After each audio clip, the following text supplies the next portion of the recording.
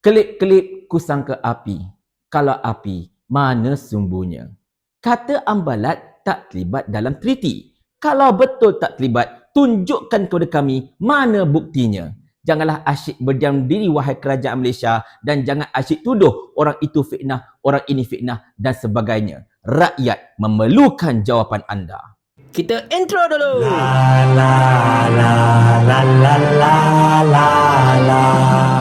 Assalamualaikum warahmatullahi. Isu Ambalat memang sebuah isu yang sangat-sangat serius kerana ianya bukan sekadar melibatkan telaga-telaga minyak yang berpotensi membawa keuntungan trilion-trilion ringgit kepada negara kita ini, tetapi ianya juga bakal melibatkan sempadan perairan kita yang sudah tentulah akan memberikan impak yang cukup besar, bukan sahaja untuk para nelayan kita hendak mencari rezeki di laut. Bahkan, ianya akan melibatkan pertahanan air dan juga maritim kita serta ruang udara. Jadi, isu Ambalat ini bukanlah satu isu yang kecil dan boleh kita anggap, alah, small matter je ni, tak payahlah sibuk-sibuk sangat, kan? Tapi yang lawaknya tuan-tuan dan puan sekalian, laman web sebenarnya.my siap buat entry lagi pasal Ambalat ini dengan meletakkan muka saya ni, serta muka sahabat saya, Mak Iban Olivia, sebagai cover artikel. Konon-kononnya, kami ini membawa naratif palsu pasal Ambalat. Astaghfirullahalazim. Bila masalah kami bawa naratif palsu pasal Ambalat ni, tuan-tuan? Setiap video kami berkenaan dengan Ambalat ini hanyalah melibatkan persoalan-persoalan yang legitimate untuk dijawab oleh Perdana Menteri dan juga pihak kerajaan. Dan memandangkan keadaan dah menjadi semakin serabut, hanya tinggal satu jalan je saja lagi untuk memuaskan hati semua pihak dan memastikan kebenaran berkenaan dengan isu wilayah Ambalat ini tertegak tanpa ragu. Apa dia? Saya akan beritahu kepada anda nanti di penghujung video. Tuan-tuan dan puan-puan sekalian, bagaimana saya boleh katakan persoalan kami berkenaan dengan Ambalat ini adalah valid?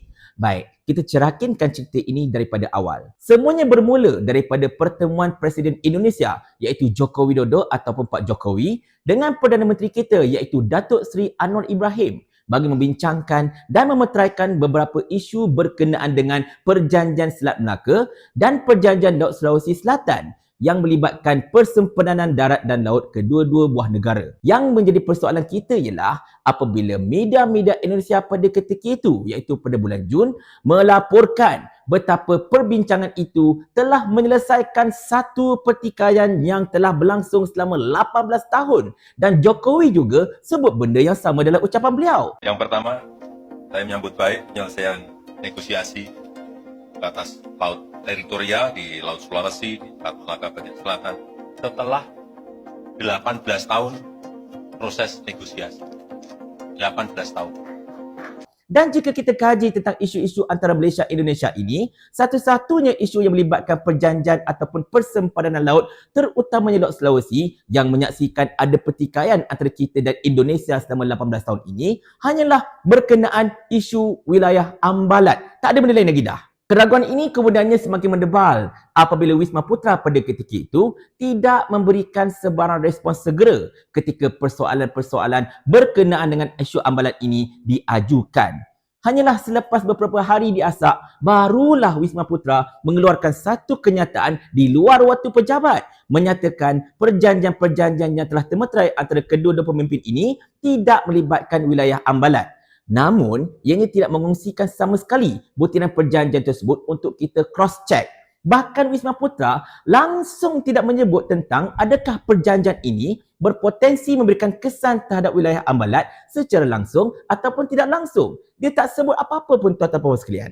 Hinggalah baru-baru ini ketika sidang DUN Sabah bertarikh 10 Ogos 2023, Adun Tunku iaitu saudara Asrafal Panglima Alian dengan jelas dan nyata telah imply kerajaan Malaysia telah menyerahkan blok sempadan Ambalat itu kepada negara Indonesia. Ini merupakan satu kenyataan yang cukup besar implikasinya yang dibuat di dalam Dewan Negeri, bukan dekat tepi jalan. Kiranya kredibiliti ucapan Asrafal ini dengan ucapan Datuk Seri Anwar Ibrahim dalam parlimen berkenaan dengan Ambalat ini adalah sama sahaja. Cuma yang kelakarnya pula ada satu NGO tuan-tuan tuntut Adun Tunku tersebut minta maaf. Kau kena minta maaf. Nak minta maaf atas dasar apa tuan-tuan? Yakin ke Adun Tunku dari GRS itu telah melakukan satu pembohongan dalam Dewan Kod? Agak-agaklah. Dan ini diperkuatkan lagi dengan satu artikel bertarikh 13 Julai 2023 memetik kenyataan Kementerian Energi dan Sumber Daya Mineral Indonesia bahawa Indonesia dan Malaysia bakal mengadakan kerjasama membangunkan wilayah ambalat itu susulan perjanjian Laut Sulawesi yang telah termeterai pada bulan Jun seperti mana yang telah disebut di atas. Ini dikuatkan lagi dengan kenyataan daripada Direktur Jeneral Minyak dan Gas Bumi Indonesia iaitu Tutuka Aryaji bahawa Indonesia dan Malaysia akan menjalankan satu kajian bersama desk study berkenaan dengan minyak dan gas di ambalat ini, di mana kajian tersebut dijangka akan siap pada hujung tahun ini. Tuan-tuan, anda boleh kata saya tipu, anda boleh tuduh saya bohong, by all means silakan, tetapi fakta tetap fakta. Semua kenyataan yang saya sebut ini ada rekodnya dan anda boleh periksa sendiri. Kalau tak ada angin, tuan-tuan dan puan-puan sekalian, pokok takkan bergoyang, betul tak? Tapi pastinya akan ada anak-anak papa yang berkata, alah, apa salahnya nak bekerjasama? Kan itu lebih baik. Kepada mereka ini, tuan-tuan dan puan-puan sekalian, saya ingin menegaskan betapa kawasan ambalat yang hendak dituntut oleh Indonesia itu adalah hak kita, hak Sabah, hak Malaysia. Bukan saya yang kata. Tapi sila dengar apa yang dikatakan oleh mantan Ketua Menteri Sabah, Datuk Shafie Apdal ini. Datuk Speaker, itu yang saya nyatakan penting bagi kita. Contohnya, ya, nak sebut tentang saya tak runding, saya runding. Saya bahaskan tentang ambalat pun supaya hasil kita dapat kita tingkatkan. Persoalkan kebimbangan saya. Soalan saya bangkit tapi letak 65, 66. Pasal ini penting kepada hasil negeri. Kita tidak mau berulang masa zaman dahulu di mana gas dan minyak kita Brunei dengan Sabah kehilangan berbilion duit yang ada. Dan saya tidak tahu bagaimana keadaan kita hasil yang kita perolehi daripada minyak dan gas di kawasan pesisiran Sulawesi. Harus diketahui. Ini kan tentang ambalat, ini kan tentang Sulawesi. Kita tidak tahu sama ada perundingan kerajaan negeri yang ada. Tapi it's very clear stipulated dari segi undang-undang yang ada. Iaitu artikel 2 menyatakan tentang Parliament may by law admit other state to the federations, alter the boundaries of any state. By a law altering the boundaries of a state shall not be passed without the consent of the state expressed by a law made by the legislature of the state. Maknanya dia undangan negeri. Ya? And the conference of rulers. Semua ini tuan-tuan dan puan-puan sekalian menimbulkan banyak sekali keraguan yang munasabah yang tiada pilihan lain selain dijawab dan diperincikan oleh Perdana Menteri dan juga Kerajaan Malaysia itu sendiri. Jika apa yang disebutkan oleh media Indonesia itu tidak benar, jika apa yang ditegaskan oleh Tutuka Aryaji itu merupakan satu pembohongan, maka Kerajaan Malaysia, Wisma Putra tidak ada pilihan lain selain daripada wajib membidas penipuan-penipuan tersebut. Jika tiada respon yang tegas daripada Wisma Putra berhubung kenyataan-kenyataan yang telah tersebut itu, keraguan-keraguan yang sudah sedia besar ini pasti akan semakin membiak dan akan semakin membarah dan pada ketika itu anda tidak akan mampu untuk menutup mulut rakyat. Bagi saya mudah tuan-tuan dan puan sekalian, jika benar kerajaan ingin menyelesaikan kemelut dan menjawab segala persoalan yang timbul ini dengan tuntas dan menghilangkan segala keraguan once and for all, maka saya menggesa agar kerajaan persekutuan menyahklasifikasikan perjanjian-perjanjian laut antara Malaysia dan Indonesia yang telah termeterai pada bulan Jun tersebut. Bentangkan perjanjian-perjanjian tersebut di dalam sidang parlimen. Biar semua ahli parlimen tengok, biar mereka teliti semua perjanjian tersebut dan biar mereka bahaskan segala isi kandungannya dan juga akseskan perbahasan tersebut dan juga kandungan perjanjian-perjanjian itu kepada orang-orang awam.